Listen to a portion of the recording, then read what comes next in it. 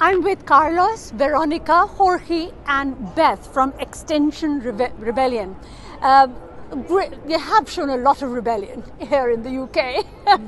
A very apt question. Are you satisfied with what Boris Johnson has said and pledged? Of course not.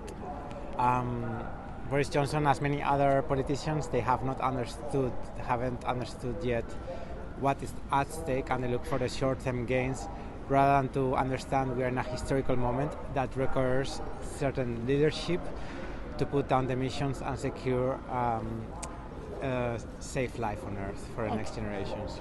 So I want to ask you the same question, but before I go, I want you to ask, are you hopeful that some resolution would come of COP26? And how hopeful are you? If you're not, why not?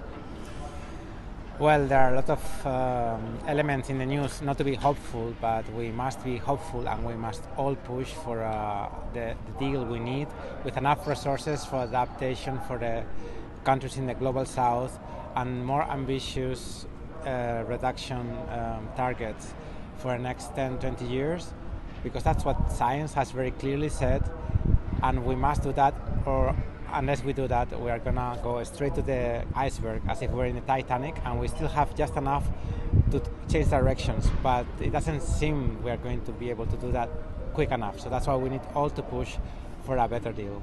Perfect. What do you think? How hopeful you are? How happy you are or not with what Boris said? And what is it that you want? I am, of course, not happy with what he has said. I think that, as he has just said, the politicians need to change their mind and need to realize that there is a huge problem here and that all the society has to make change, but that if they have the power to make the biggest change that we need. So if they don't do what it is need, we are not going to continue here in the planet. Okay. What is it that you think should happen and should have happened here in COP26? Well, I think that politicians should be very ambitious about what they want to achieve during these days, because it's going to be very hectic here. So I think they have to get to very concrete measures and also compromise with society and also delegate some power to society in order to make these critical changes we need now. Okay, spell out, Beth, the critical changes and what you are asking to happen to save the planet. So what is it that concretely that politicians should be doing? Make being green the mainstream, make green travel accessible and affordable and the easiest option. Don't put the onus on people. The leaders have the money and the power to do this. They have the money to change infrastructure so that it's better for the planet, and they have a duty to help the global south adapt and fight climate change. And likewise here, we are seeing climate change affect our lives already. Everyone, wherever you're from, whoever you are, we all live on this planet, and climate change threatens each and every one of us, even the politicians in their ivory towers.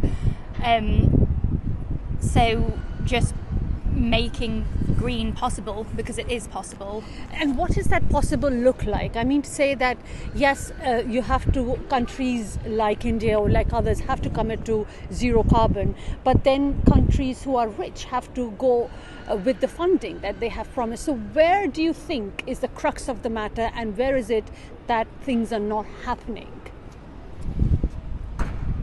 You mean in terms of how to distribute the cost of the adaptation? Yes, and what is it that's not making it happen?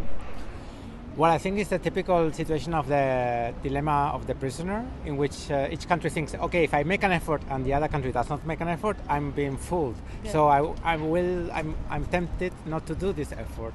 But unless every single country makes the effort, we are not going to sort it out. So we don't have time to try 2-3 times to get it right. We must get it right now.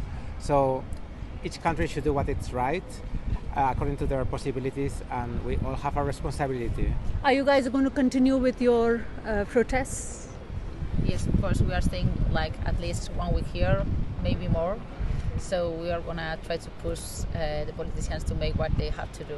Okay, brilliant. The protests will continue from Extinction Rebellion. They're not very happy with what Prime Minister Boris Johnson has pledged, and also the world because there is what I hear from these guys is that there is a mistrust and there is no collaborative effort towards action, which is a must. There is a lot of talk, but there is no walk the talk at the moment still in COP26, so less hope.